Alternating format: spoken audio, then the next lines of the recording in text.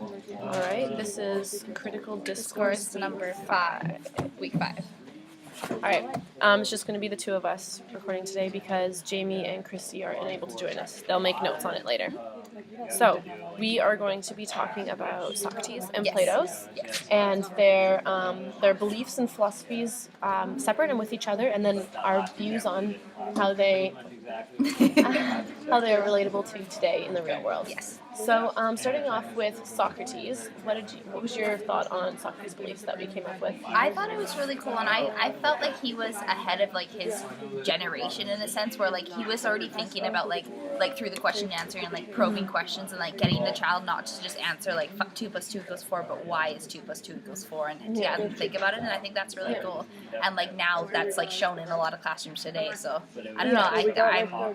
I'm really glad we had the chance to like learn about it because Yeah, I definitely think use those. for sure. I definitely think that the way that he suggested using open-ended questions and such, that just made them think like, why are you saying that? Not just to say a fact, but like, why do you believe that? Exactly. And different stuff like that. I think that really helps people think more critically. Exactly. And really understand why they think that way, and then maybe why somebody else thinks the way that they think. So I think that leads away from like debates and such in a classroom and just towards more critical discussions, like what we are having right now, right? Where it's like, this is what I think, this is what you think, but why do you think this, and why do I think that? Yeah. And then maybe coming to a more of a solid consensus like he liked to.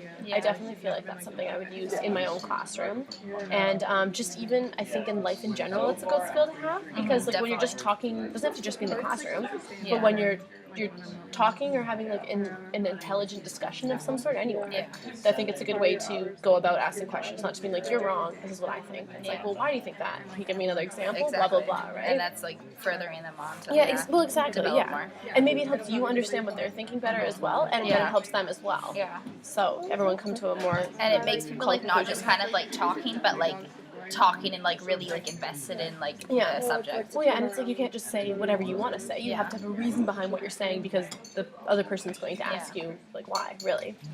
And I liked that like he was like way before his time with like men and men and women should have equal education. Yes, for sure, I agree. Because like that's not now, but like 100 years ago that was a problem. Yeah, well, until the early like mid 1900s, really, like women were not considered people, right? Exactly. And so we didn't have the same rights, and so I think that he was definitely more towards women having equal rights, was just definitely him being ahead of his time and ahead of his generation for sure.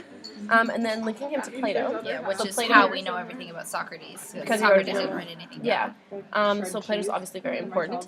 So his beginning beliefs and philosophies and such were all taken from Socrates because he was Socrates' student. Yeah. But then they found out we know that his main idea or whatever was the idea of teaching through play. Yes. So what's your thought on teaching through play? I think it's a really good idea, as long as like I think it's not necessarily like when people say play, people think of games, so it's not like cranium or something like that.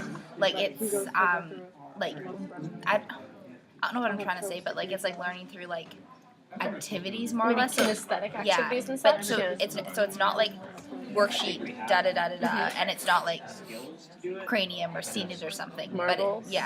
But it's like activities and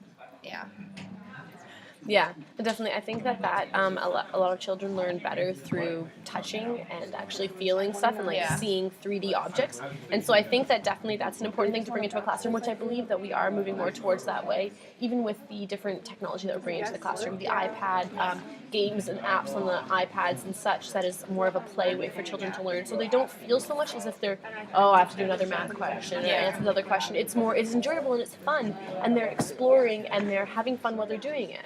Right? So I definitely think that both those, or that is relatable to today.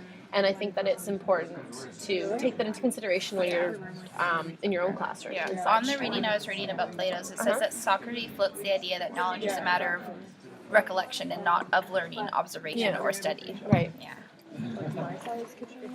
So that was cool. What was the last thing we were going to chat about, or was that? About... I guess we kind of did touch on it a little bit, but like what we would use in our classroom or how we would use it. So we kind of touched on that. But I think that a combination of the two is good. I mean, like they don't like learning with play and also the question and answer theory.